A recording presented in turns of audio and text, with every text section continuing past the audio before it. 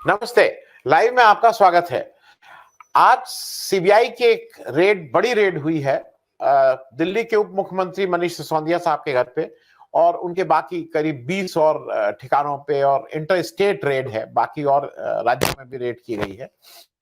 अभी चल रही है, एफआईआर हो गई है और ये सब कुछ जो कहा जा रहा है, अच्छा इसके बारे में ज्यादा जानकारी जो बीजेपी प्रेस कॉन्फ्रेंस कर रही है उससे पता लग रहा है, क्योंकि वहां से तो कोई अधिकृत सूचना नहीं आ रही है, लेकिन बीजेपी ने बिल्कुल कई प्रेस कॉन्फ्रेंस और बीजेपी के जितने दिल्ली के नेता हैं सब लोग ठीक से उतर गए हैं। अमित मालविया जी से लेके मनोज साहब, सब लोग, परवेश वर्मा साहब, ये सब लोग उतर के इसमें ऑलरेडी जजमेंट पास कर दे रहे हैं। मेरे साथ सर्वेश मिश्रा जी हैं आम आदमी पार्टी से। मैं आपके पास सर्वेश जी आऊं उससे पहले मैं 1 मिनट अपने दर्शकों को एक चीज बता दूं कि ये सब बेसिक इसका वो कहाँ है।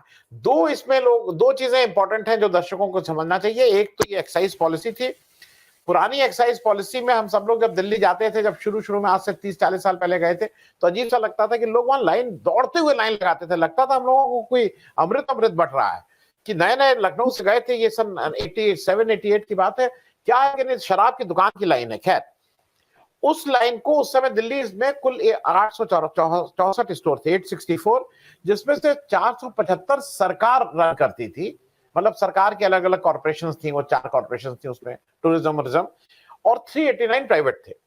सरकार एक नई पॉलिसी लेके आई जिसमें उसने कहा कि हम सब प्राइवेटाइज कर देंगे, और सरकार की नई पॉलिसी में उन्होंने 32 जोन बनाए, हर जोन में 27 दुकानें होंगी, और वो एयर कंडीशन बिल्कुल मामला होगा। और एयर कंडीशन ही नहीं होगा, आप अंदर घूमिए और एयर कंडीशन रहिए, कोई भी शराब की बोतल देखिए, उठाइए। और एक सुपर प्रीमियम स्टोर का वो किया गया जिसमें कहा गया कि आप थोड़ा बहुत टेस्ट भी कर सकते हैं, वो अच्छे प्रीमियम ब्रांड अगर हो तो टेस्ट करके तब खरीदिए। मतलब सारा कुछ जो शराब पीने वाले लोग हैं उनके लिए तो बहुत ही बम था, बहुत अच्छा वो था। इसका जो रिजर्व प्राइस था 7,041 करोड़ रखा गया, जिसके अगेंस्ट सरकार को 8,917 करोड़ मिला। यहां तक तो ठीक था। इसके बाद ये इतना ज्यादा महंगा हो गया था कि जिसने भी ठेकेदार ने इसका लाइसेंस लिया उसके लिए अनवाइबल हो गया चलाना, और वहीं से समस्या शुरू हुई। स्टोर्स बंद होने लगे, सरकार को रोल बैक करना पड़ा। और इसी दौरान एक बड़ा काम ये हुआ कि एक नए एलजी साहब आ गए, विनय कुमार सक्सेना साहब। विनय कुमार सक्सेना साहब कोई आईएएस अफसर नहीं है, कोई उनको एडमिनिस्ट्रेटिव एक्सपीरियंस इस तरह का नहीं है, लेकिन उनकी जो सबसे बड़ी खूबी यह है कि वो शायद 1995 से या उसके अराउंड वो गुजरात में काम करते थे, दोलहा प्रोजेक्ट में, और वो ऐसा कहा जाता है कि जो अभी के नेतृत्व है उसके बहुत घनिष्ठ है।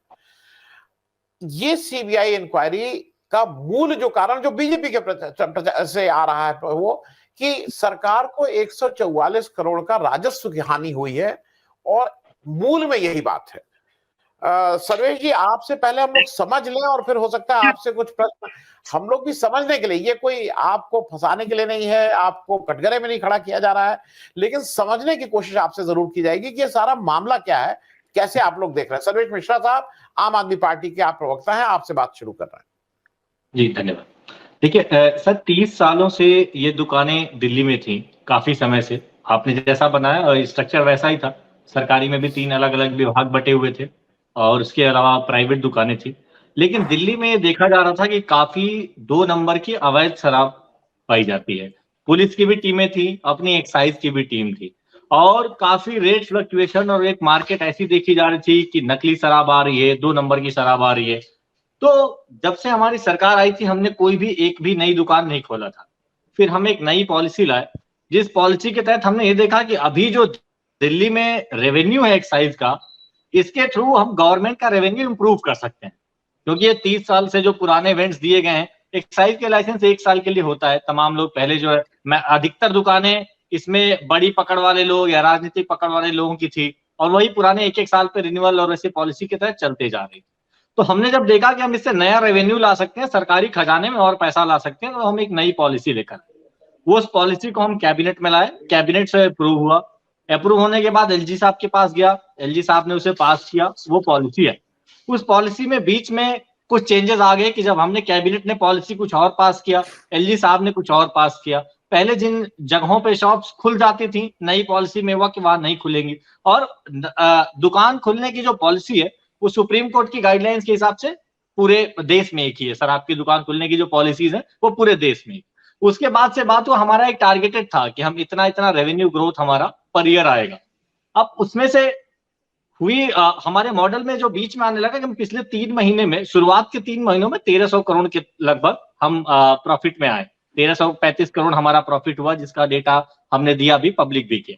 उसके बाद से जो ये हमारे लोग थे, ये एनआईसी की जो सेंट्रल गवर्नमेंट का प्रोक्योरमेंट और टेंडर का प्रोसेस है, उसी के थ्रू टेंडरिंग भी हुई। कोई भी सरकार ने नया पोर्टल बना के किसी तरीके से कोई नया प्रोसेस नहीं बनाया, उसी के तहत हुई। अब जब वहां से प्रोसेस हुआ तो इनकी दुकानें खुलने में बहुत ढेर सारी समस्याएं आई। जिन व्यापारियों को ढेर सारी समस्याएं आई, उनको राजनीतिक धमकियां मिलने लगी, उनको अलग अलग जांचें खुलने लगी, उनकी की फाइलें खुलने लगी, और पूरे विरोध का एक दौर शुरू हो गया कि ये सरकारी हमारा खजाना बढ़ा। हमने सीधा डिक्लेयर किया कि हम इस तरीके से। अब जब उनकी दुकानें खुलने लगी तो कई लोगों ने 6 महीने और साल भर में ही पहला सरेंडर, दूसरा सरेंडर लोगों ने करना शुरू कर दिया।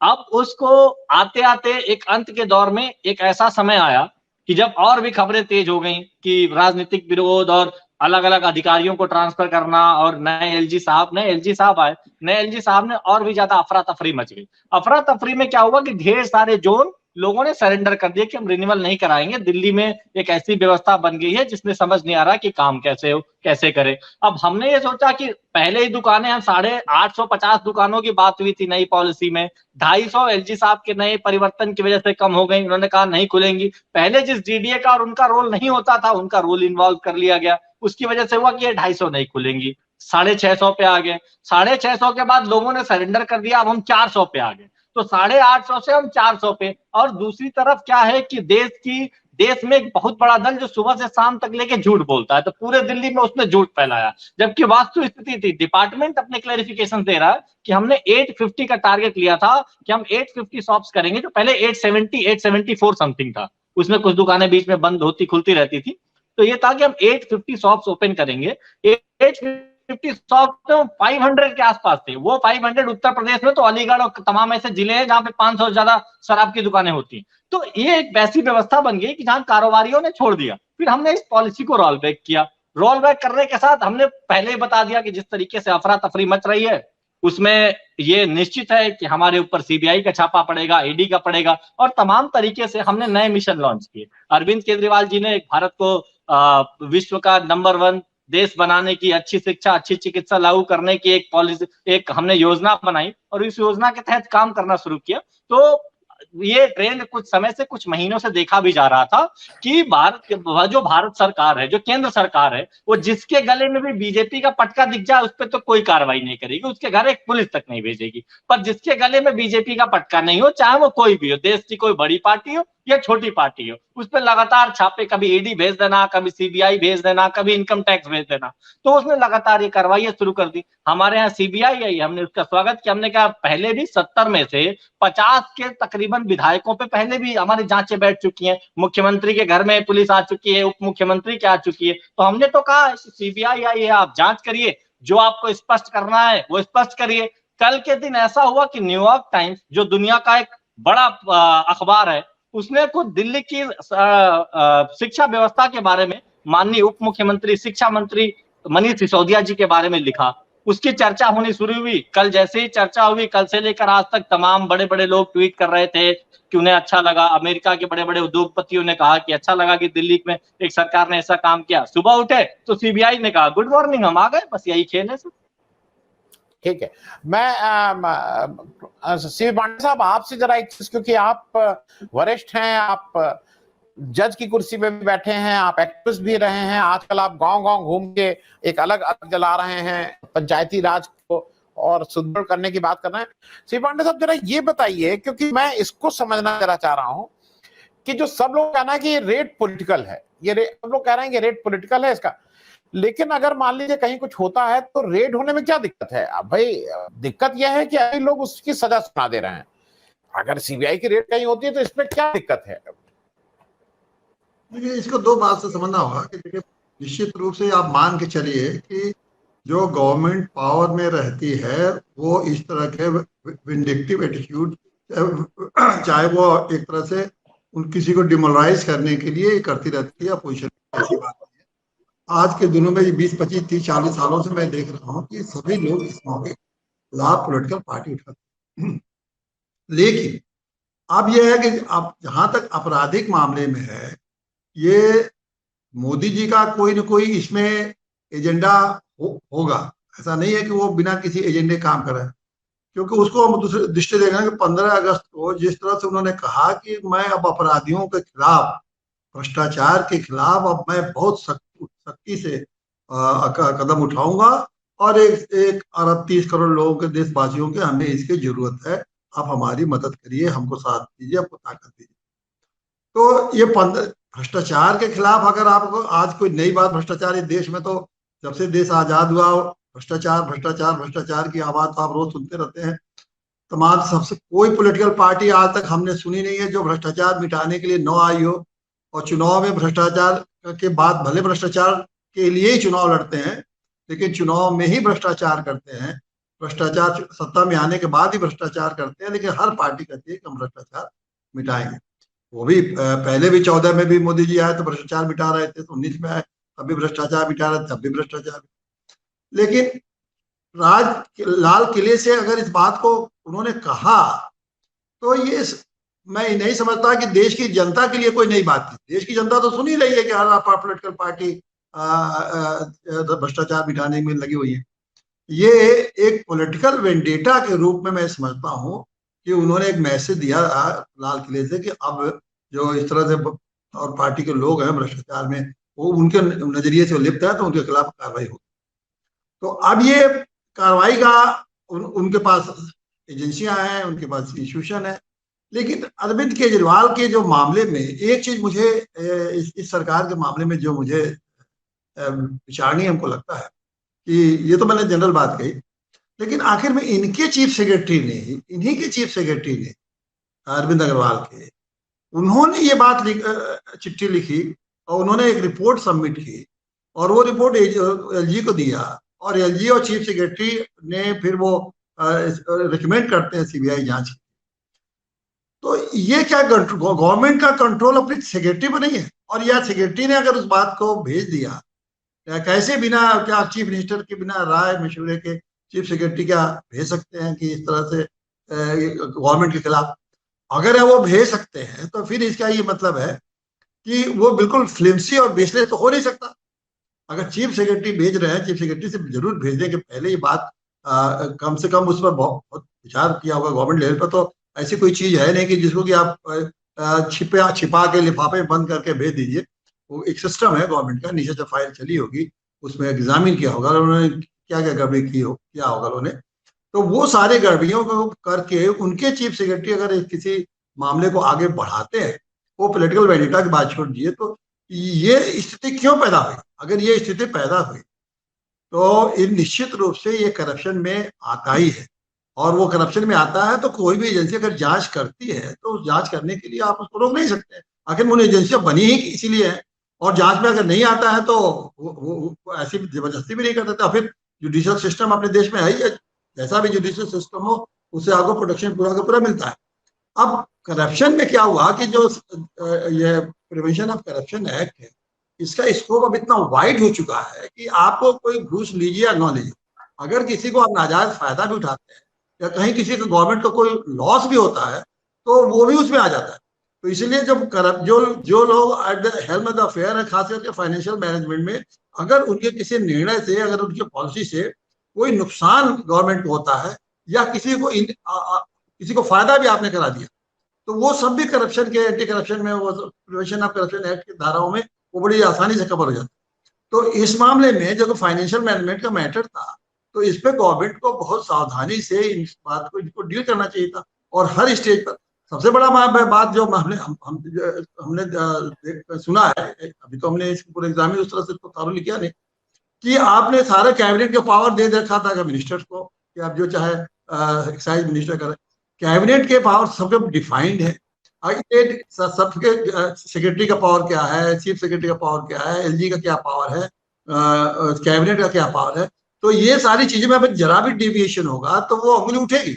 क्राइम के आप क्रिमिनल मेंटल वो मैंसिलिया कहीं ना कहीं आएगा। आखिर में क्या जरूरत थी आपको, कौन सी बात थी कि आप किसी मिनिस्टर को आप इतना पावर दे सकते हैं जो कि कैबिनेट का पावर आपने दिया।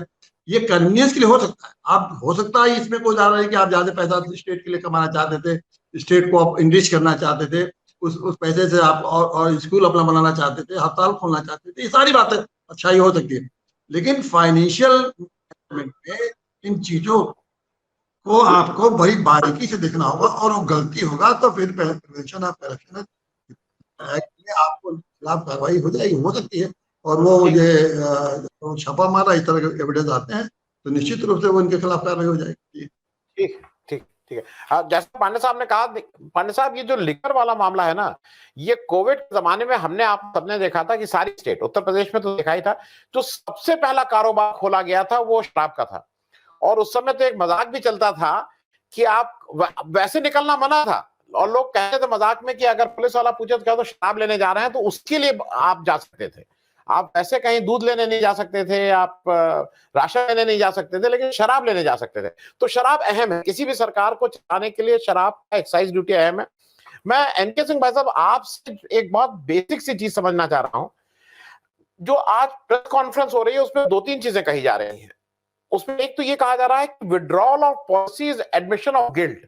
उसमें बार बार कहा जा रहा है कि पॉलिसी वापस ली गई, तो ये तो अपने आप ही में एक साक्ष्य है कि ये एडमिशन ऑफ गिल्ट है। दूसरा एक कहा जा रहा है कि सत्येंद्र जैन साहब जो है वो तो इतने 30 मई से जेल में हैं, तो ये भी एक प्रूफ करता है। तो मुझे अभी भी, और तीसरा ये कहा जा रहा है 144 करोड़ का रेवेन्यू लॉस है। मैं इन तीनों चीजों पे आपसे समझना चाहूंगा, इसमें से कहीं पे भी मुझे, तो मैं इसको दूसरे ढंग से देखता हूं, अगर कोई विड्रॉल कर रहा है अपनी पॉलिसी को तो वो तो आम नागरिक के हक में उसके लिए ठीक ही कर रहा है। उसको लगता है कहीं गलती हो गई तो विड्रॉ कर लिए, वो इस उसका नहीं कि मैंने कह दिया और कर दिया तो अब इसी को फॉलो करो। एनके सिंह भाई साहब अनम्यूट कर लीजिएगा, भाई साहब अनम्यूट कर लीजिएगा, भाई साहब अनम्यूट कर लीजिएगा जी। इस समय जो लॉजिक गवर्नमेंट दे रही है, उस लॉजिक से डिमोनेटाइजेशन पे जो असेसमेंट था, जो क्लेम था, वो तो छोड़ दीजिए, उसका 1% भी नहीं आया, 1% भी प्लाउ बैक नहीं हुआ, तो देश के प्रधानमंत्री को कौन सी सजा मिलनी चाहिए। लिहाजा ये लॉजिकल फैलेसीज हैं जिसको हमें बड़े गौर से देखना पड़ेगा।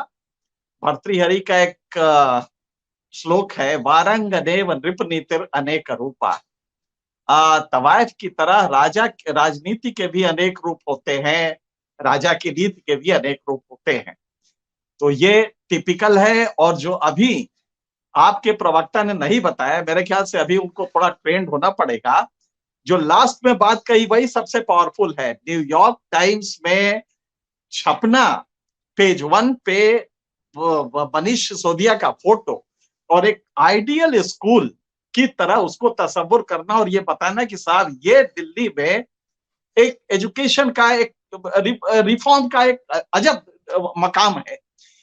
यही मोदी जी को बहुत बुरा लगा, क्योंकि एक इंटरनेशनली एक्लेम्ड एक गवर्नमेंट या एक इंडिविजुअल जो उसका मिनिस्टर है, उसको रिकॉग्निशन न्यूयॉर्क टाइम्स दे रहा है।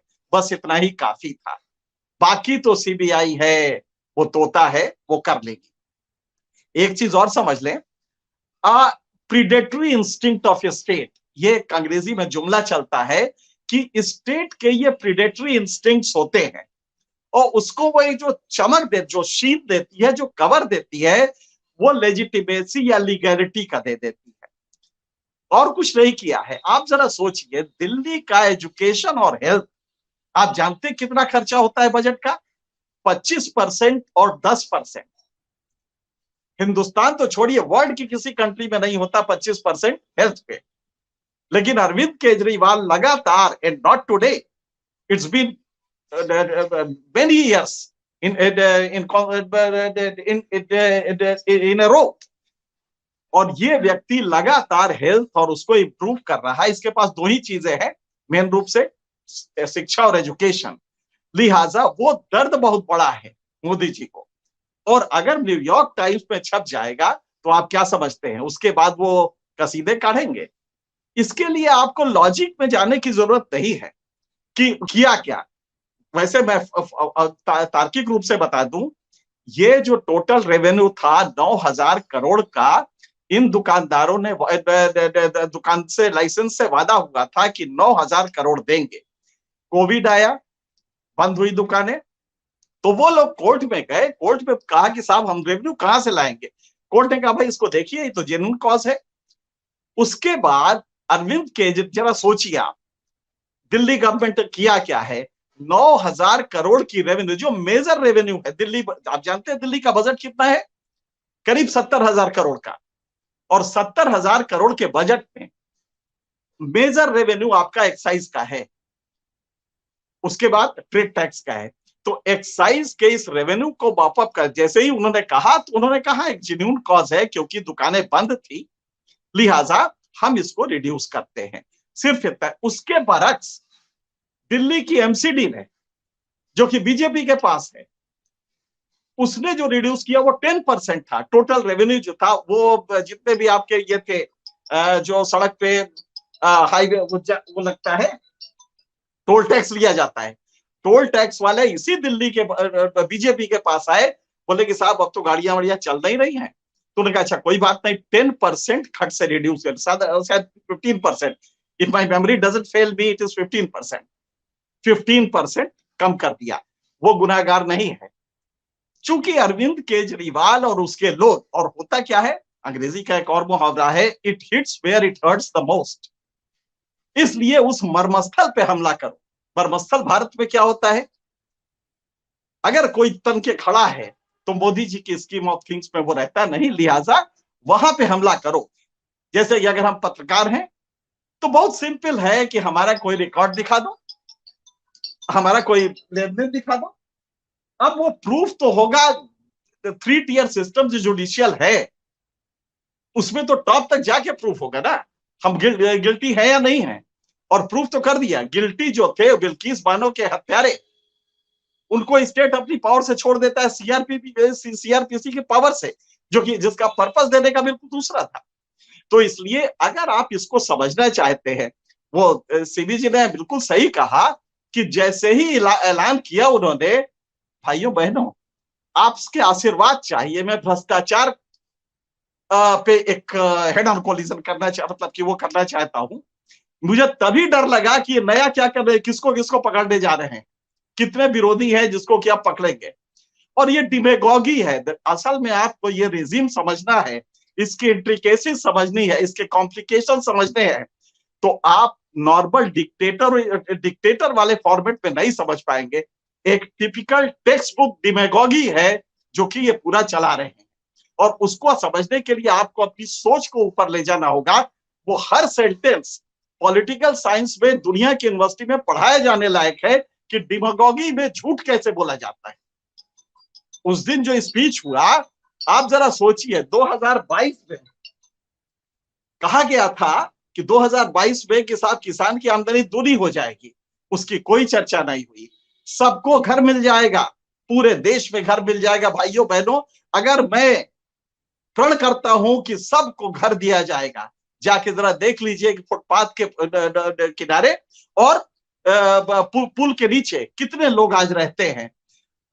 लिहाजा आपको ये कहने की जरूरत नहीं है, बस वो जनता से एक अपील करेंगे ताकि इमोशनल कॉर्ड्स को टिटिलेट कर दे, इमोशनल कॉर्ड्स को टच कर ले। और यही एक डिमेगोगी का एक बेस्ट तरीका होता है जो अडॉप्ट किया गया है। अरविंद केजरीवाल का जो छापा पड़ा है, आप कुछ नहीं, एक बजट उठा के देख लीजिए। इस व्यक्ति ने, मैं तो चूंकि बजट का एनालिसिस करता हूं, मेरे समझ ही में नहीं आ रहा है कि ये आदमी रेवेन्यू ला कहां से रहा है। इस आदमी को तो चार्ज ये लगना चाहिए कि भाई ये रेवेन्यू तो दुनिया में, समझी में नहीं आ रहा कि इतना अच्छा रेवेन्यू लाने का। आप जानते हैं किस कदर रेवेन्यू इन्होंने बढ़ाया है, सिर्फ करप्शन खत्म करके। और उस सारे रेवेन्यू को हेल्थ और एजुकेशन में लगा रहे हैं। तो मेरे ख्याल से जिस चीज पे इनको बड़ा वो इनाम मिलना चाहिए, उसमें इनके लोगों को पकड़ के भेजा जा रहा है। तो आप समझ सकते हैं कि ये कुछ नहीं है, ये हर विरोधी को खत्म करने का एक साजिश है। इसमें बहुत सिंपल सा है, इसमें आप बहुत गणित लगा के, क्रिमिनल ज्यूरिस्प्रूडेंस के डॉक्ट्रिन ऑफ मेंसिया देखेंगे, इसकी कोई जरूरत नहीं है। अरे डॉक्ट्रिन ऑफ मेंसिया किसी और का देखिए जो कि नोटबंदी करता है, और उसमें डॉक्ट्रिन ऑफ मेंसिया देखिए, who are getting benefit out of that. ये जो आप देख रहे हैं, गौर से इसको पॉलिटिकल एनालिसिस और इसमें सोशल साइकोलॉजी के एनालिसिस करेंगे तो ये टिपिकल टेक्स्ट बुक केस है डिमेगॉगी का। और जिस दुनिया में डिमेगॉग्स होते हैं वो डिक्टेटरशिप से ज्यादा खतरनाक होते हैं। नतीजा ये होता है क्योंकि वो डेमोक्रेटिक फसाड में घुसते हैं, उसको स्प्लिट करते हैं, और जो शीन रहता है, जो पूरा कैरेक्टर रहता है, वो लगेगा डेमोक्रेसी। भाई वो जीत के आए हैं, 2/3 मेजोरिटी है, बताइए डेमोक्रेसी इससे बड़ी क्या होगी। और भाइयों बहनों, आपसे आशीर्वाद चाहिए। आप वहां आशीर्वाद मांगेंगे, 24 घंटे नहीं होंगे मनीष सिसोदिया को रगड़ देंगे। तो ये डिमेगॉगी का एक गजब का ये वो है। आपको अगर ये समझना है रिजीम को, तो अपनी सोच को मेरे ख्याल से थोड़ा सा और हॉर्न करने की जरूरत है, तभी समझ पाएंगे। मनीष सिसोदिया का जो कंडक्ट है, इसमें कहीं भी नहीं लगता है कि वो किसी पिक्यूनियरी गेन के लिए हुआ है। अच्छा, अगर पॉलिसी फॉल्ट है, हम मान भी लेते हैं पॉलिसी फ्लॉ, तो आप जरा गौर कीजिएगा कितनी पॉलिसीज मोदी जी ने चेंज की है जिससे रेवेन्यू लॉस हुआ है। फसल बीमा योजना जब आई थी तो हमने कसीदे काढ़े थे, संघ ने हमें बुलाया था लेक्चर देने के लिए, और मैंने कहा था गजब की ये पॉलिसी है। आज वो खत्म हो रही है, दम तोड़ चुकी है, गजब का रेवेन्यू लॉस हुआ है, किसान मुतासिर नहीं हुआ उससे। लेकिन क्या किसी ने कभी कहा पलट के कि सीबीआई जरा इनके अभी भेज दो? सारे जो वो हैं आपके फसल बीमा कंपनियां, वो मोटी हो गई। आप जरा जाके देखिएगा कितना उनको फायदा हुआ है। किसान बेचारा रोता रहा, उसकी फसल का कोई भी मुआवजा नहीं मिला।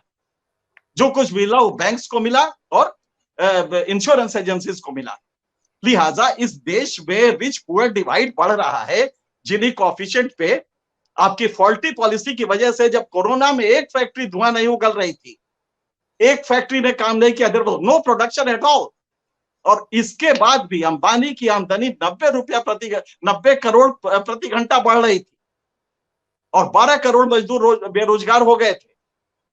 तो उस समय आपकी पॉलिसी फ्लॉ किसी ने नहीं कहा। अगर अरविंद केजरीवाल ने रेवेन्यू उनको कम कर दिया है so that they can boost up their business, इसमें कहा, ये तो पॉलिसी है। अगर आपने 9,000 करोड़ के रेवेन्यू को, जो कि आपका गैलअप करता जा रहा था, कॉन्टिन्यूअसली बढ़ता जा रहा था, आप रेवेन्यू ग्राफ देखिए, एक्साइज का रेवेन्यू ग्राफ देखिए दिल्ली का, आपको समझ में आ जाएगा। उसमें अगर उसने कोई छूट दी है तो उसके लिए आप कहेंगे कि साहब ये करप्शन हो गया है। Where is the tangible evidence? Is there a single tangible evidence to this effect? आप ये कहां से लेके आए हैं? लिहाजा आप किसी को सीबीआई रेड कर देंगे, किसी क्या कह देंगे कि साहब ये रेपिस्ट है और जेल में बंद कर देंगे, और जो असली रेपिस्ट है उसको छोड़ देंगे, उसको माला पहनाएंगे। तो मुझे लगता है कि मोदी को समझने के लिए ये नॉर्मल जो लॉजिकल फॉर्मेट्स आप लाते हैं, इससे नहीं समझ सकते। एक विंडिक्टिव रिजीम है, क्रिमिनल इंटेंट है, लिहाजा इसको समझने के लिए आपको दूसरा चश्मा लगाना पड़ेगा। वो एक शेर है बड़ा अच्छा, बहुत ऊंची यहाँ नीचाइयां हैं, बहुत ऊंची यहाँ नीचाइयां हैं, अभी कुछ और अपना सर तराशो। तो आपको अगर इस ऊंचाइयों को समझना है तो अपने को थोड़ा सा सर तराशना जी जी जी, बहुत बहुत मैं सतीश झा साहब आपके पास आ रहा हूं, क्योंकि जो पहला मेरे आज सुबह हमारी आपकी बात हुई, सबसे पहले आप ही न्यूयॉर्क टाइम्स का जिक्र किया और कैसे से आया है।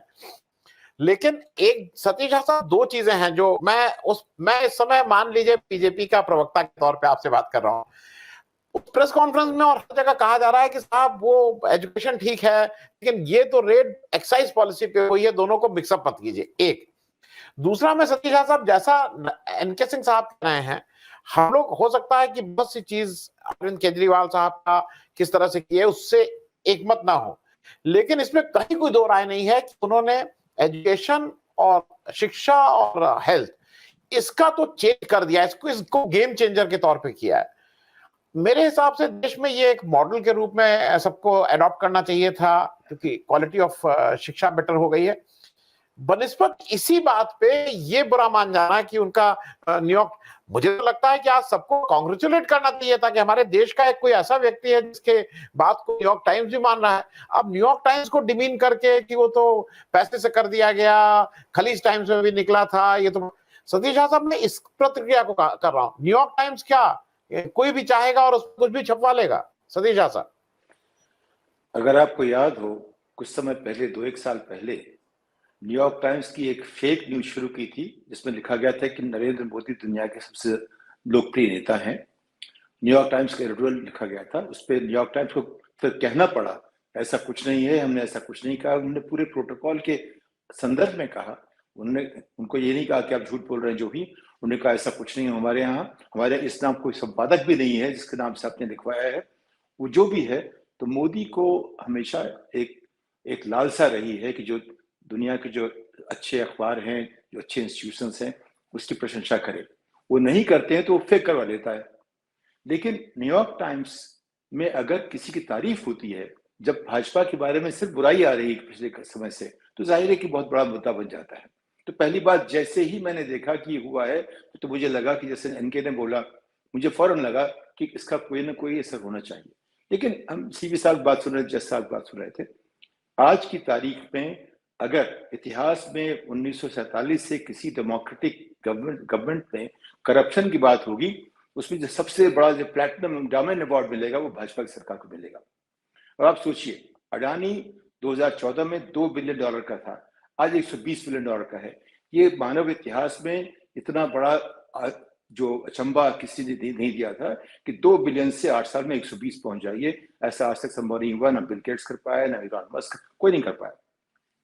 मस्क छोड़ दीजिए, मस्क ने जो किया है उसकी अपनी अलग पहचान है, वो बात समझ में आती है। उसके अलावा कोई ऐसा कर जाए सिर्फ इसलिए कि आपने उतना ही उसको पैसा दे दिया है राज्य से, अपनी जो एयरपोर्ट GMR का था 12,500 करोड़, उसको माफ कर दिया।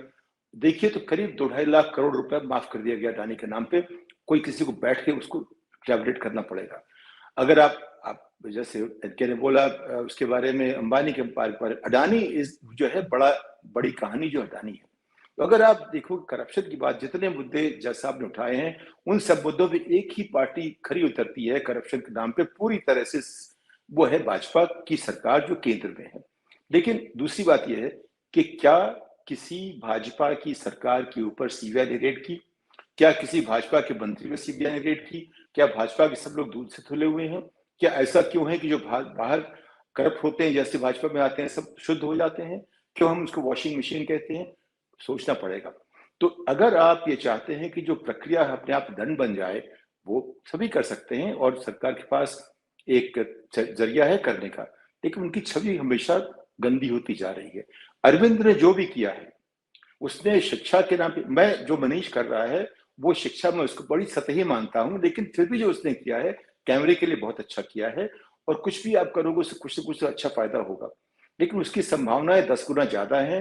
वो जो भी किया बहुत अच्छा किया है, लेकिन उससे 10 गुना अच्छा भी कर सकता है बिना ज्यादा पैसे खर्चे किए। वहां मेरा उससे थोड़ा सा एक, आप कहिए कि एक दूसरा, मेरे सोच का तरीका थोड़ा दूसरा है। लेकिन जो किया है दिल्ली में अरविंद की सरकार ने, अपने आप में एक बहुत बड़ी बात है कि उन्होंने शिक्षा और स्वास्थ्य को लेकर किया काम। अमेरिका में स्वास्थ्य का बजट अगर आप देखें केंद्रीय सरकार के हिसाब से, तो करीब 25% ज्यादा हो जाता है। सोशल सिक्योरिटी और स्वास्थ्य जो है बहुत बड़ा खर्चा होता है। लेकिन अमेरिका को छोड़ करके अगर आप देखें तो कहीं भी इस तरह से इतना बड़ा खर्च जो है शिक्षा और स्वास्थ्य पर नहीं होता। तो उस हिसाब से अरविंद ने बहुत बड़ा एक मिसाल कायम की है, इसीलिए उसको पंजाब में वोट मिले। अब गवर्नेंस की जो बात आती है, वहां पर दिल्ली में अगर आप मुख्यमंत्री, मैंने एक सचिव से पूछा सवाल सरकार के, वो कहते हैं भाई दिल्ली का जो चीफ मिनिस्टर है वो तो मेयर से भी गया गुजरात, उसके पास क्या अधिकार है? तो आपने उसको इस तरह गिरा दिया है। शीला दीक्षित ने जो 15 साल अपनी चीफ मिनिस्ट्री चलाई, जो उन्होंने काम किया वो इसलिए कि वो चीफ मिनिस्टर थी, उनको सरकार ने चीफ मिनिस्टर रहने दिया।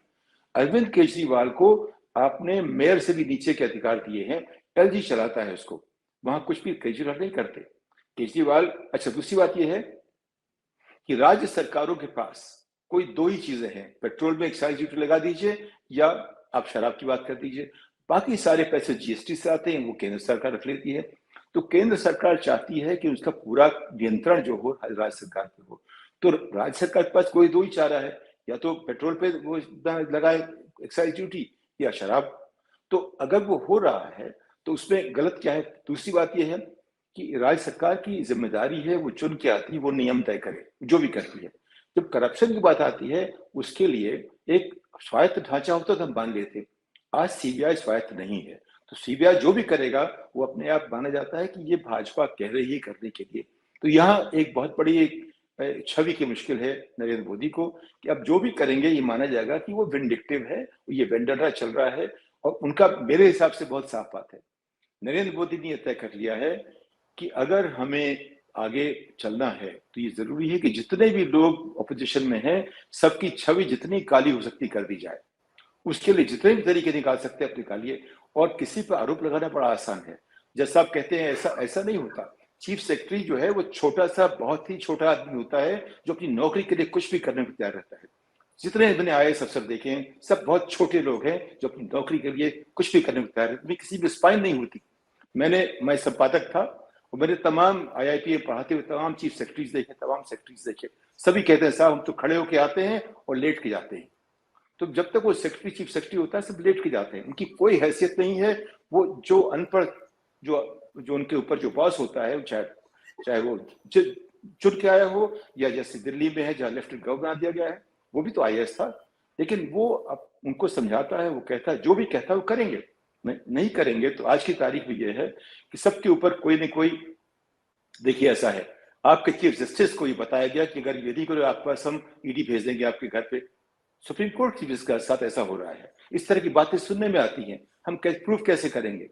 प्रूफ करने के लिए कोई जगह ही नहीं है। ये सारी परसेप्शन की बातें हैं, परसेप्शन के लेवल पे सरकार कहीं हार रही है। लेकिन इसको भक्त जो है, मैं बताऊं, मैं अभी मिला 200 एंटरप्रेन्योर से मिला, 180 लोग अभी भी मोदी भक्त हैं। उनमें से 20 लोगों के साथ उन्होंने मेरी बात सुनने की बात तो सोची, 180 बात सुनना भी नहीं चाहते।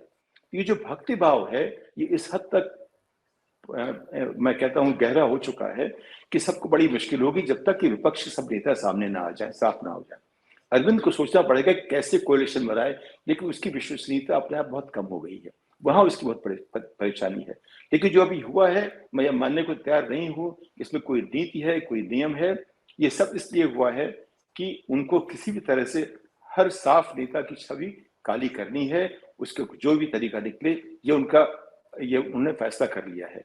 क्योंकि जब तक कोई नेता उसकी छवि साफ रहेगी उन पर लांछन लगा सकता है, आरोप लगा सकता है। अब आप कह सकते हैं नहीं ये आरोप है, वो आरोप है, यहाँ गए थे वहां गए थे, ये उनका स्ट्रैटेजी का हिस्सा है। और इसके अलावा जहां तक बात हो रही है ये न्यूयॉर्क टाइम्स वाली कहानी, वो जो जैसे NK ने कहा वो अपने आप में बड़ी दमदार कहानी है। जैसे ही हुआ उनकी कहानी आई और यहाँ रेड शुरू हुई। ये संयोग की बात नहीं है, ये बिल्कुल अपने आप में जैसे भी किसी की छवि अच्छा होना शुरू होगी उसको नीचे कर दिया जाएगा। ये मेरा मानना तो ये है। लेकिन राज्यों के पास कुछ और चारा नहीं है, वो एक्साइज ड्यूटी ही बची है थोड़ी बहुत, ये पेट्रोल पे और शराब, दो चीजें हैं। और करे तो करे क्या, सब कुछ अब केंद्र के हाथ में है। इतना सेंट्रलाइजेशन 75 साल में कभी नहीं हुआ था। तो हमारी जो PTR ने भी कहा था, जो चेन्नई के, मद्रास के जो या तमिलनाडु के जो हमारे फाइनेंस मिनिस्टर, उन्होंने हाँ अभी PTR साहब जो PT राजन जो है, जिस तरह उन्होंने बात की वो उसके राहुल कनमल के चैनल पर, उनकी बात सुनिए। वो अकेले समझदार फाइनेंस मंत्री हैं इस देश में, हमारे पूरे देश में हर राज्य को जोड़ लीजिए आप, एक फाइनेंस मिनिस्टर जिसको समझ फाइनेंस की है अकेला आदमी PTR है, उसकी बात सुनिए तब मालूम पड़ जाएगा कि यहाँ क्या हो रहा है।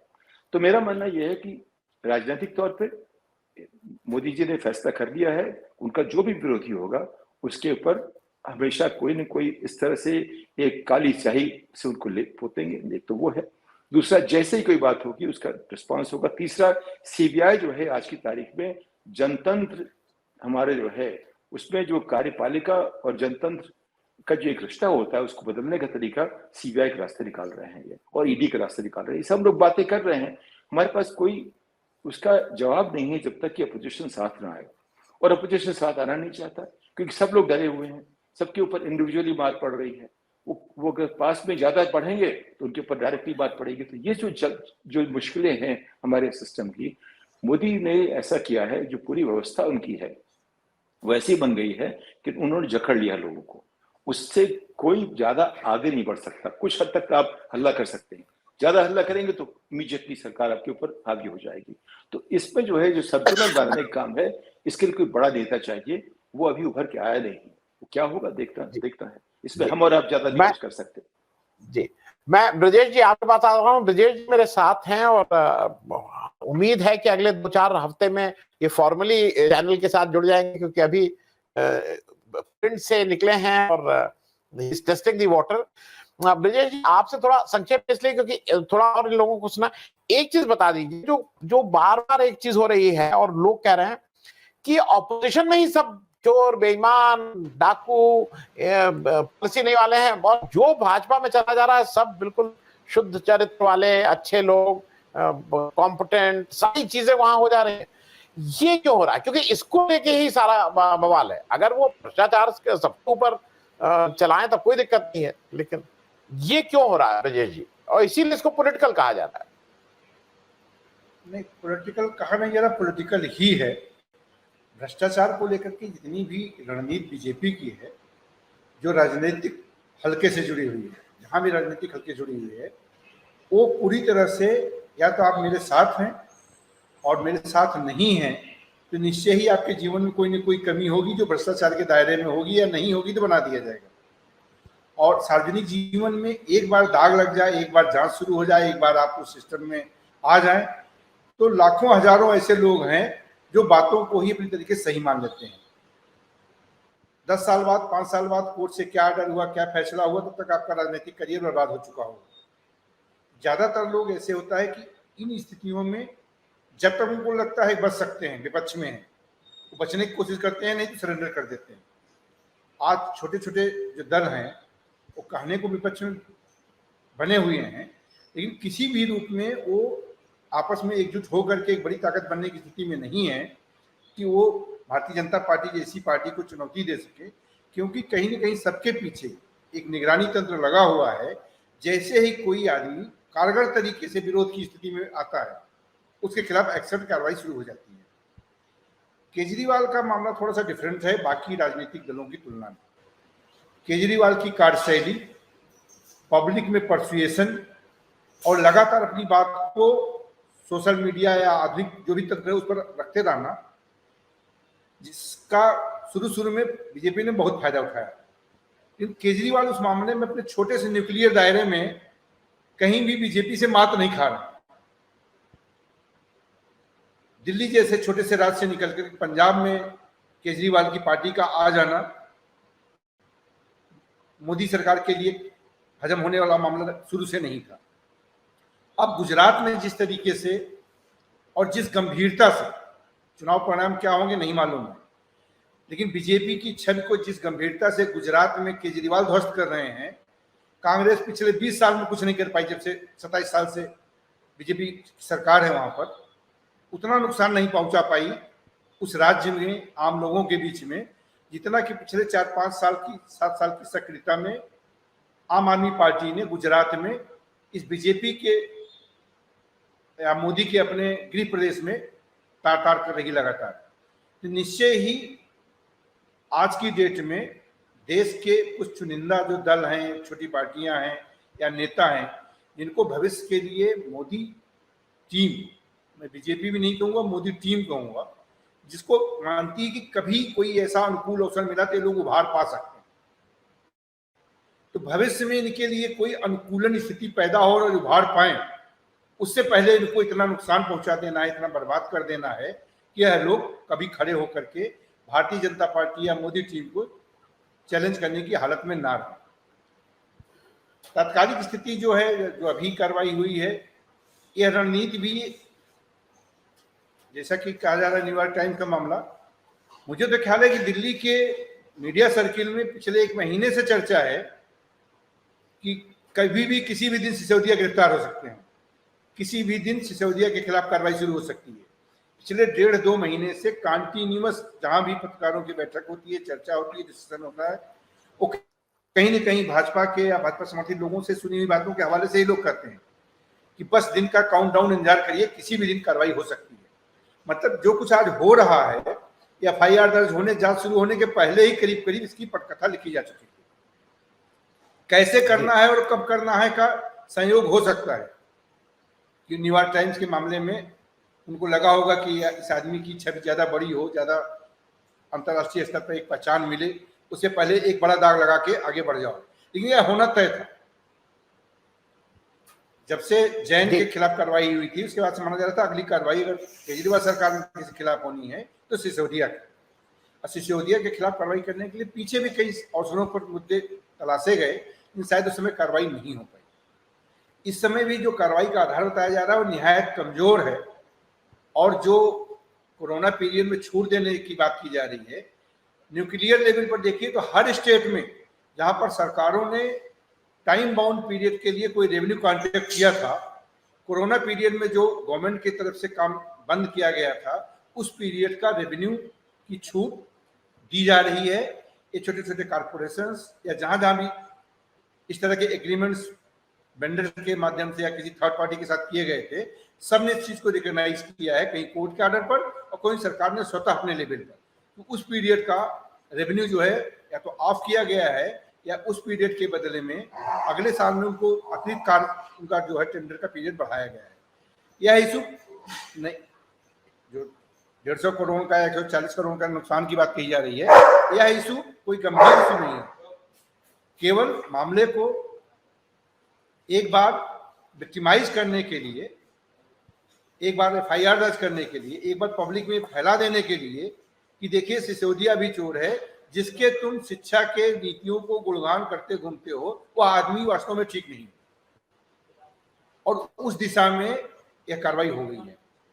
जी भविष्य में ब्रिजेश जी थोड़ा समेटिएगा। जी, तो अभी मैं इस चीज को जहां देख रहा हूं कि ये केजरीवाल के जो दो प्रमुख एजेंडे हैं, हेल्थ एंड एजुकेशन, इसको डैमेज करने का, सैबोटेज करने का तरीका है, वहीं मैं कहीं ना कहीं भविष्य में गुजरात चुनाव से भी इसका लिंक पाता हूं। गुजरात में दो प्लेयर थे। कांग्रेस जिस तरह से बिखरी हुई पार्टी है, जिस तरीके से बार बार वो अपने ही नीतियों के चलते उलझ करके गिर जाती है और बीजेपी को आगे बढ़ने का मौका देती रही है, उस लिहाज से यद्यपि भी बहुत पीछे है। अभी गुजरात में क्या कर पाएंगे आप वाले मैं नहीं कर सकता हूँ, लेकिन बड़ी तेजी से ये डैमेज कर रहे थे भारतीय जनता पार्टी, कर रहे हैं। हाँ, थोड़ा समाप्त करिएगा, छोटा सबसे समय थोड़ा वो समाप्त करिएगा। हाँ जी, मेरा सिर्फ ये कहना है कि इस पूरे एक्शन को राजनीतिक एजेंडे से देखेंगे तो आपको समझ में आ जाएगा कि चीजें कहाँ जा रही हैं और क्यों की जा रही हैं। कल को हो सकता है कि कोई इफ बट फाइलों में कोई गलती निकाल के एक कोई चार्जशीट तैयार कर ले CBI, लेकिन इस केस को कहीं छोड़ना नहीं है और यह तात्कालिक राजनीतिक लाभ के लिए उठाया गया कदम है। मेरा ठीक है। मैं सर्वेश जी आपके पास आ रहा हूँ और थोड़ा संक्षेप में इसलिए क्योंकि समय का वो है और सबसे एक बार मैं जल्दी से वो कर लूं। सर्वेश जी, मुझे एक चीज जरा आपसे बहुत स्पेसिफिक पूछना है, बाकी क्योंकि बात तो आपकी पार्टी ज्यादा, आपकी बात तो सभी को लग रहा है कि ये विक्टिमाइज है, लेकिन मैं एक चीज पूछना चाह रहा हूँ। ये विनय कुमार सक्सेना साहब जब से आए हैं, जो नए लेफ्टिनेंट गवर्नर साहब हैं, और मैं अपने दर्शकों को भी बता दूं कि वही विनय कुमार सक्सेना साहब हैं जो जब KVIC खादी विलेज इंडस्ट्री के जब ये चेयरमैन थे तो गांधी जी की जगह इन्होंने मोदी जी की फोटो डायरियों में और कैलेंडर में लगा दी थी, और फिर उन्होंने कहा था कि ये इतना बड़ा काम कर रहे हैं। जब इनसे पूछा गया कि आपने, तो इनका कहना था कि इतना अच्छा और बड़ा काम कर रहे हैं ये कि इनकी फोटो इसलिए हमने लगाई। ये वो उस ख्याति के व्यक्ति हैं। क्या आप लोगों को लग रहा है कि इनको एक स्पेसिफिक काम के लिए भेजा गया है?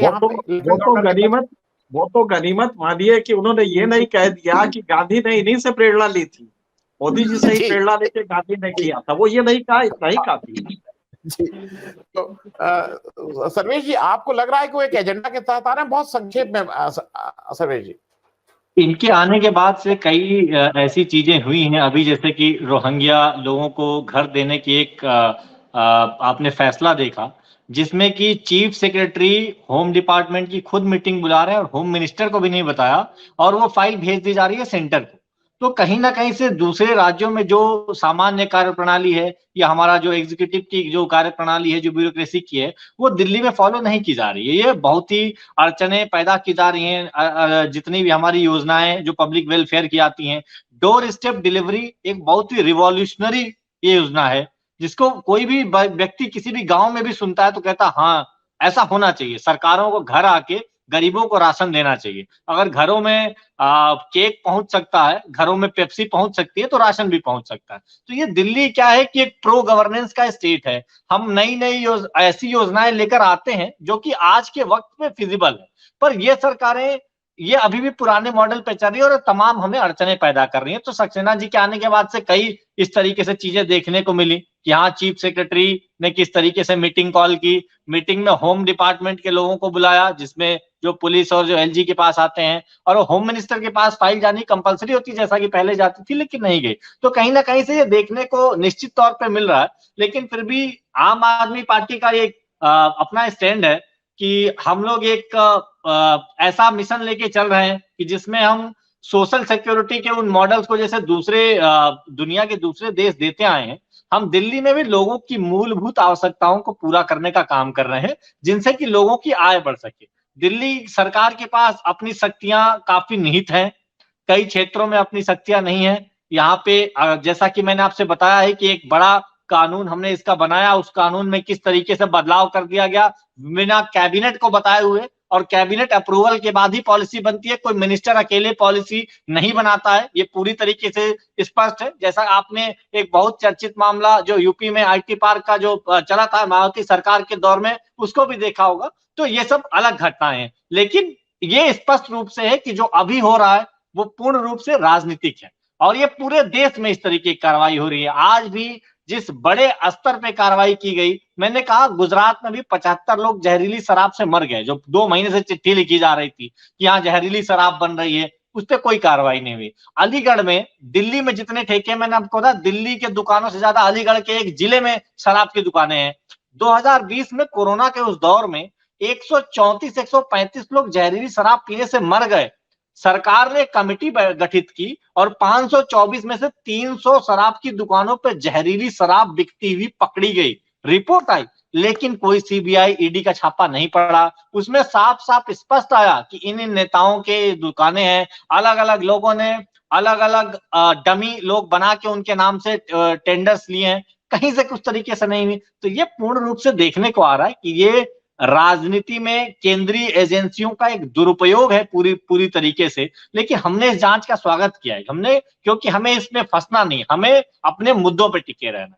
अभी हम भारत को नंबर 1 देश बनाने की मुहिम पे चल रहे हैं, उसी पे चलना है। हम शिक्षा की बात करेंगे, न्यूयॉर्क टाइम्स ने कहा कि हम शिक्षा में दिल्ली की सरकार ने, मनीष सिसोदिया जी ने अच्छा काम किया है, हम उसी की चर्चा करते रहेंगे। आज भी आपने देखा होगा हमारे मुख्यमंत्री माननीय अरविंद केजरीवाल जी ने जो प्रेस कॉन्फ्रेंस की, उन्होंने यही कहा कि हम देश में अलग अलग अच्छी व्यवस्थाएं, अच्छी योजनाएं लाना चाहते हैं। हम इस देश में शिक्षा में, चिकित्सा में मूलभूत ऐसे काम होने चाहिए जो इन 75 सालों में नहीं हुए। आप इन कामों के लिए हमसे जुड़िए। तो हमारे तमाम 50 से ज्यादा, कई बार तो एक विधायक थे जिनकी प्रेस कॉन्फ्रेंस चल रही थी, पुलिस आई पीछे से हाथ खींच के लेके चली गई। तो कई ऐसे घटनाएं हमारे साथ हो चुकी हैं जिसके अब आदी हो चुके हैं। तो ये जितनी कार्रवाइयां करनी कर लें, हमारा जो मुद्दा है हम उसी को लेके आगे अग्रसर रहेंगे। जी मैं श्री पांडे साहब आपसे थोड़ा संक्षेप में, क्योंकि अब समय का वो है, सिर्फ एक जल्दी से पूछ लूं आपसे। आपने कैबिनेट की बात कही थी, एक अभी कल का इंसिडेंट है, कल या परसों का, कि रोहिंग्या पे हरदीप सिंह पुरी जो उनके कैबिनेट मंत्री हैं, वो अपने ऑफिशियल ट्विटर अकाउंट से पीएम ऑफिस को टैग करके, अमित शाह साहब के मतलब मिनिस्ट्री को टैग करके, दिल्ली पुलिस को टैग करके कहते हैं कि ये निर्णय हुआ है और ऐसे ऐसे हम लोग रोहिंग्या 1100 लोगों को हम घर दे रहे हैं, ईडब्ल्यूएस वाला।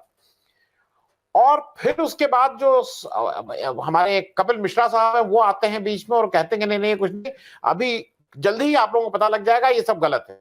और फिर मिनिस्ट्री ऑफ होम अफेयर से आ जाता है कि नहीं ये सब नहीं, और उसको खत्म कर दिया। आप कैबिनेट की बात कर रहे हैं, ये 2 कैबिनेट मिनिस्टर आपस में फोन उठा के बात कर लेते। अगर आना भी था कोई कंट्रडिक्शन तो हरदीप पुरी से आए होते। लेकिन यहाँ तो ये है ना कि तुम्हारी हिम्मत कैसे हुई, ये वाला एटीट्यूड। मैं थोड़ा इस पे भी, क्योंकि ये जो कल हुआ है जी, मुझे तो हैरत हुआ जी जब उन्होंने जो मिनिस्टर साहब ने ये लिखा और ट्वीट, तो मुझे मुझे ये जान के भी हैरत हुआ कि इस तरह से इतने बड़े पॉलिसी मैटर को और इस तरह आपने ट्वीट करके आप बोल दिया, और ये वो पूरा ये भी एक कैबिनेट का ही प्रोसेस है। तो देखिए सवाल ये है कि पॉलिटिकली जो हो रहा हुआ कभी अगर जैसा कहा जा रहा है कि ऐसा कभी नहीं हुआ कि केजरीवाल ने भी मोदी के किसी भी पॉलिसी की बड़ी प्रशंसा की हो, और मोदी भी कभी केजरीवाल की प्रशंसा की हो। पॉलिटिकल पार्टी किसी एक पॉलिटिकल पार्टी किसी की प्रशंसा करे ये तो आप भूल जाए, चाहे कितना भी अच्छा काम। लेकिन जिसको जिम्मेदारी मिलती है गवर्नेंस की, जिसको वो जिम्मेदारी आपने दिया है, उसको अपनी जिम्मेदारी कॉन्स्टिट्यूशन और उसके नियमों के तहत करना पड़ेगा। केवल इमेज से देश नहीं चलेगा। हमारा ईमानदारी का बहुत इमेज है, बहुत आप देखते हैं बहुत सारे ईमानदार लोग बड़ी अच्छी इमेज लेके जाते हैं, वही सबसे जल्दी फंस जाते हैं। तो इमेज के लिए गवर्नेंस करना है तो आपको गवर्नेंस के जो डिसिप्लिन है उसको चलाना ही पड़ेगा, और नहीं तो आप फंसेंगे, निश्चित फंसेंगे। आज नहीं फंसेंगे, कल फंसेंगे, कोई ना कोई फंसा देगा। अगर गवर्नेंस आपका ठीक हो तो लाख मोदी चाहे आपको फंसा नहीं सकते, क्योंकि उसके लिए बहुत सारे रास्ते आपके पास हैं। अब आखिर जैसे एक उदाहरण के लिए मुझे इस बात को भी हैरत होती है कि केजरीवाल देश के लीडर बनना चाहते, ठीक है बनने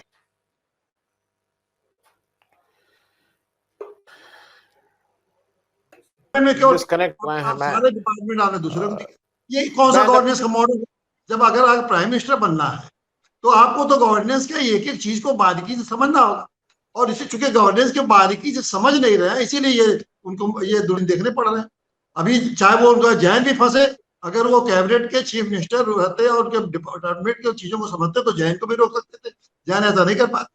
उसी तरह इनको भी रोक देते कि आप ऐसा नहीं कर सकते हो, जो कि कैबिनेट के डिसीजन में किस तरह के सिस्टम है उसको फॉलो नहीं करोगे तो फंस जाओगे। तो एक तरह से गवर्नेंस को भी समझना पड़ेगा, केवल इमेज से नहीं चलेगा। और केवल देश चलाना है तो केवल स्वास्थ्य से और शिक्षा से आप पूरा देश चला लेंगे। कॉन्स्टिट्यूशन में सेंट्रल गवर्नमेंट के 99 विभाग शेड्यूल 9 में दिए गए हैं, संविधान में स्टेट को 66 विभाग।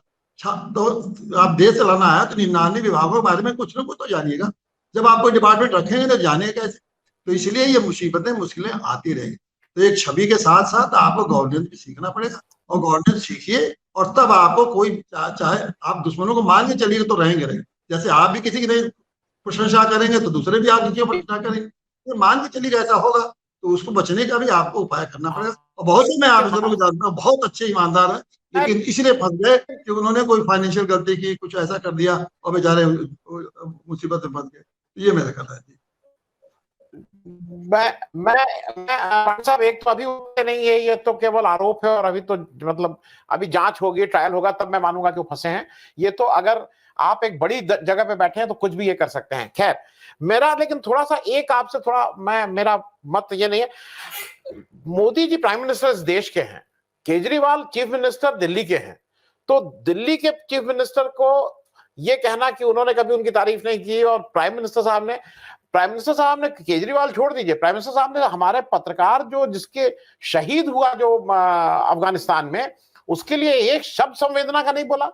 हमारे एक पत्रकार रवीश कुमार को मैग्सेसे मिला, उसको कांग्रेचुलेट नहीं किया। हमारे गीतांजलि श्री को बुकर मिला, उसको नहीं बोला।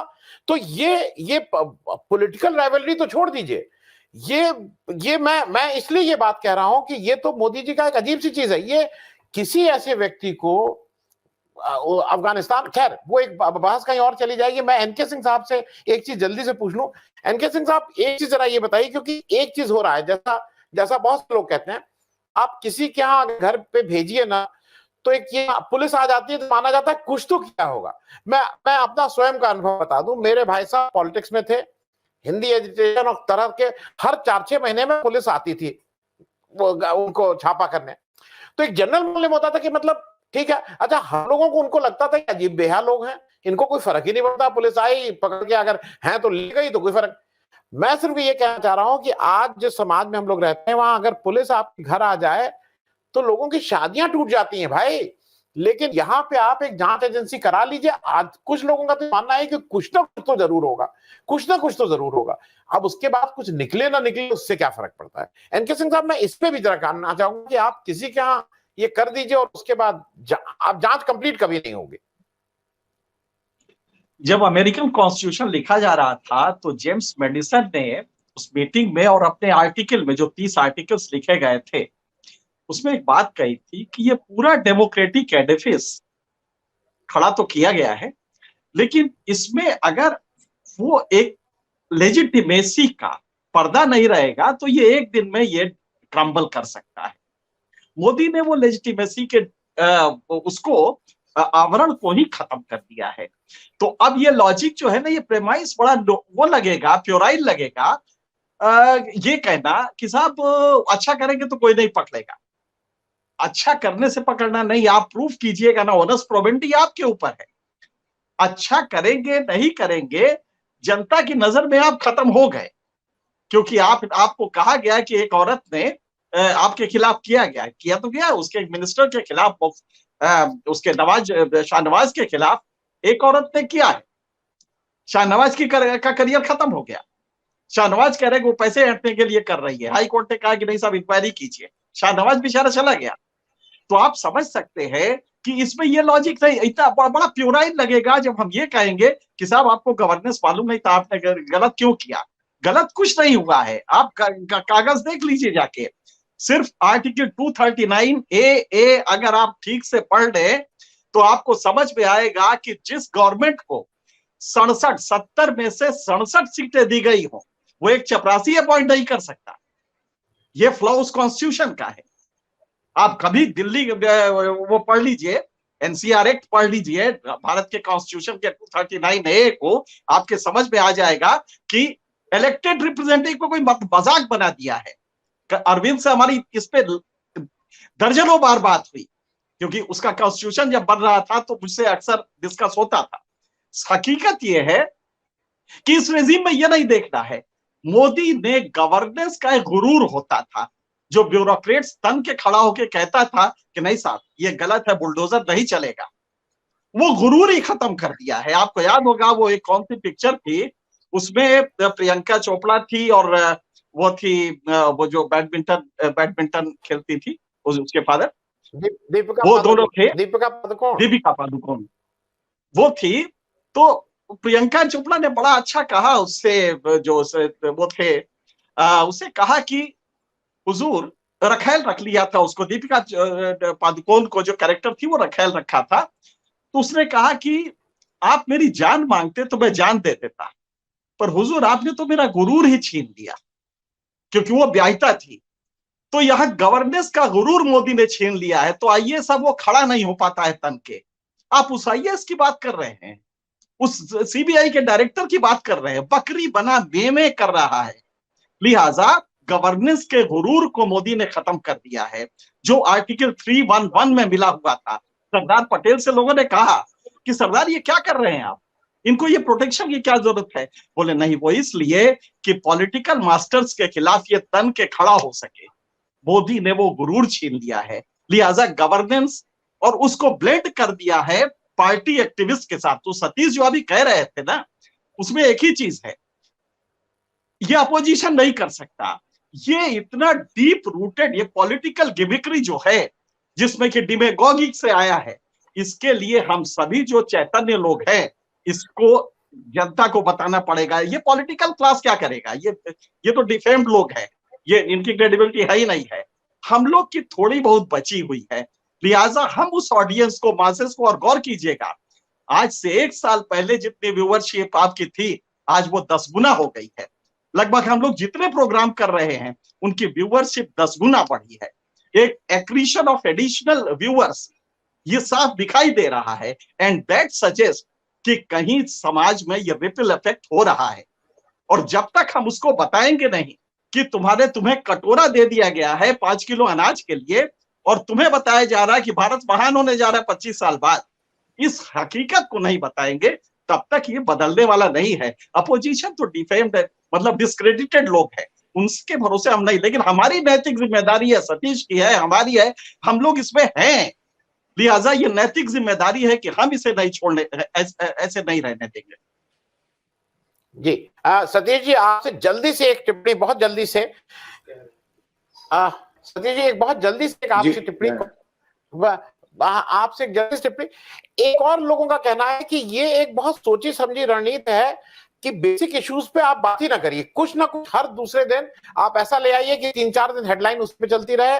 आप उस पे आप कभी पूछ ही ना पाइए भैया महंगाई का क्या हुआ, बेरोजगारी का क्या हुआ। अब यही चलने लगेगा, मनीष सिसोदिया चलेंगे 3-4 दिन बाद। अब जैसा कहा जा रहा है कि तेज प्रताप यादव या लालू यादव जी के घर में अब अगला नंबर वो है, जब ये पिक्चर खत्म होगी तो अगली पिक्चर वो शुरू की जाएगी। क्या ऐसा आपको लगता है कि ध्यान हटाने के लिए भी ये ऑर्केस्ट्रा है, ये पूरा ऑर्केस्ट्रा का हो रहा है?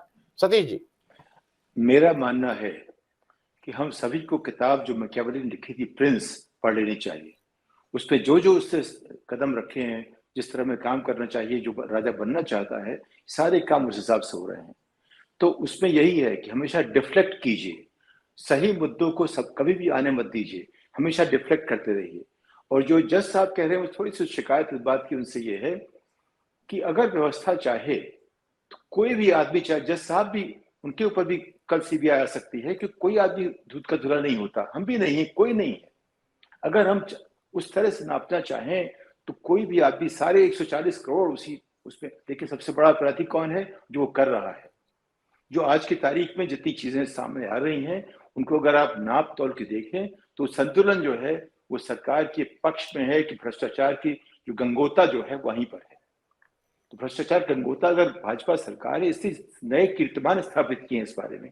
लेकिन आप जो कह रहे हैं, ये जो सोची समझी रणनीति है, जो इनके ने कहा, वही अच्छी बात है। ये बात मैं आज 20 साल से जानता हूँ कि उनकी जो नीति थी कि ब्यूरोक्रेसी को इस हद तक कमजोर कर दो कि वो जी हुजूरी करे। इन्होंने उन लोगों को चुना अपने सीएमओ में, गुजरात में, जिनको कोई देखना नहीं चाहता था, उन लोगों को रखा, उनके पास ये भगवान बन गए। मैंने देखा है इनको, ब्यूरोक्रेसी को इनको भगवान मान के कहते हुए तुम्हारे भगवान है। वह ऐसा पहले कभी देखा नहीं था। किसी भी व्यक्ति के लिए मैंने किसी आए सब कहते नहीं सुना कि हमारे भगवान है। सिर्फ हमारे जो आज के नेता हैं उनके लिए ऐसा सुना हमने। तो ये सोची समझी रणनीति है, दोनों बातें। एक तो ये कि डिफ्लेक्ट करते रहिए, दूसरा ब्यूरोक्रेसी को एमैसिएट कर दीजिए, जुडिशरी को एमैसिएट कर दीजिए, सबके ऊपर जज दुनिया का डर डाल दीजिए। किसी की हिम्मत नहीं होनी चाहिए कि हमारे सामने खड़ा हो सके विपक्षी को, इसलिए कि उसको उसी काली इमेज कर दीजिए। तो बेसिक वो उन्होंने जो गवर्नेंस की सारी चीजें, गवर्नेंस की नहीं, सत्ता हथियाने की और सत्ता रहने की, उसमें रहने की जो किताब मैकियावेली की प्रिंस है, वो पूरी अच्छी तरह लाइन दर लाइन पर रखी गई है, वही ये कर रहे हैं। जी, मैं ब्रिजेश जी आपसे जल्दी से एक बहुत एक मिनट में एक टिप्पणी, लेकिन उससे पहले द प्रिंस तो मैंने नहीं पढ़ी है, लेकिन मैंने 1984 जरूर जॉर्ज ऑरवेल की पढ़ी है, और मुझे सामान, वो तो नॉवेल है, वो फिक्शन है, तो बहुत समानता बहुत जगह बहुत लोगों की लिखती है। ब्रिजेश जी मैं आपसे जल्दी से एक मिनट में टिप्पणी, ये किधर जा रहा है? कुछ लोग कह रहे हैं कि नहीं सिसोदिया जी शाम तक गिरफ्तार हो जाएंगे, आपको क्या लगता है? मुझे लगता है कि इस कार्रवाई को इतनी आसानी से बीजेपी नहीं छोड़ेगी, इस किस्से को थोड़ा आगे बढ़ाएगी, और निश्चय ही गिरफ्तारी अगर आज नहीं होती है तो अगले 24 घंटे 48 घंटे में हो जाएगी। कुछ हो सकता है कि उनके जो सलाहकार हो कुछ ऐसा तलाश रहे हों जिसको आगे रख करके उसकी आड़ में एक्शन लिया जाए, लेकिन सिसोदिया के खिलाफ एक्शन सिर्फ कागजों तक, जांच तक सीमित नहीं रहेगा। उनको थाने और मतलब जो है प्रोसीडिंग्स में जो ले आने की बात है, गिरफ्तार करने की जो बात है, वहां तक बात जा सकती है, इस बात की पूरी संभावना है। बहुत बहुत बहुत धन्यवाद आप सब लोगों का ज्वाइन करने के लिए, क्योंकि समय हम थोड़ा आगे। जी हाँ, इनके भाई साहब बोलिए बोलिए, आप अनम्यूट कर लीजिएगा, बोलिएगा, अनम्यूट कर लीजिएगा भाई साहब। चलते चलाते एक छोटा सा शेर है, जीने भी नहीं देते मरने भी नहीं देते, जीने भी नहीं देते मरने भी नहीं देते, क्या तुमने मोहब्बत की हर रस्म उठा डाली। तो आज डेमोक्रेसी का हर जो पैरामीटर है, हर नॉर्म्स है, वो खत्म कर दिया है, खत्म किया जाए। मैं समझता हूँ इससे इससे बेहतर समिंग अप नहीं हो सकता था। मुझे कभी कभी लगता है बहुत दुख की बात भी है, मतलब देश एज अ कंट्री हम लोग एक खराब दौर से गुजर रहे हैं, इसमें कहीं कोई दो राय नहीं है। बहुत बहुत धन्यवाद आप सब लोगों का ज्वाइन करने के लिए। Thank you so much.